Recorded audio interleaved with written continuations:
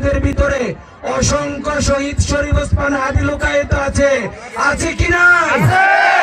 আমরা জানতাম না শহীদ শরীফ ওসমান হাদী শহীদ হওয়ার আগে সে এত বড় মাপের বিপ্লবী ছিল, জানতাম না।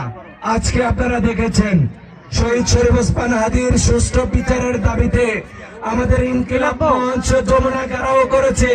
সেখানে আমাদের আব্দুল্লাহ জাবের জুমা সন্তানদেরকে কিভাবে আবার সেই পেটুয়া পুলিশ বাহিনী নির্যাতন করেছে, আমরা তীব্র নিন্দা জানাই, আমরা প্রতিবাদ জানাই।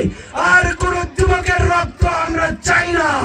আমরা চাই এই যুবকদেরকে আগামী দিনের ভবিষ্যতের কারিগর হিসেবে তৈরি করার রাষ্ট্রকে ব্যবস্থা নিতে হবে, নয়তো আরেকটি 24 অনিবার্য হবে।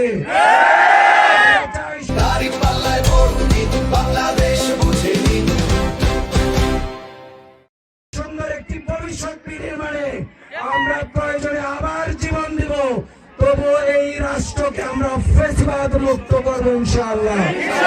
আমরা চাই আগামী দিনের যুবক ভাইদেরকে সমাজের জন্য, রাষ্ট্রের জন্য কল্যাণকর ভূমিকা রাখার, যুবক ভাইদেরকে সমাজে প্রতিষ্ঠিত করার।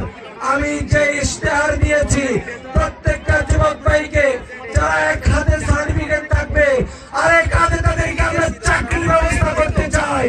যারা চাকরি পাবে না তাদেরকে আমরা সমাজে উদ্যোক্তা হিসেবে প্রতিষ্ঠিত করতে চাই।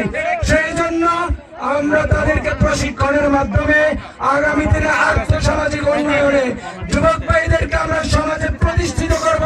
যুবক ভাইয়েরা কি সেই প্রতিষ্ঠান আন্দোলনে সংগ্রামে প্রতিযোগিতা করার জন্য, অংশগ্রহণ করার জন্য রাজি আছে?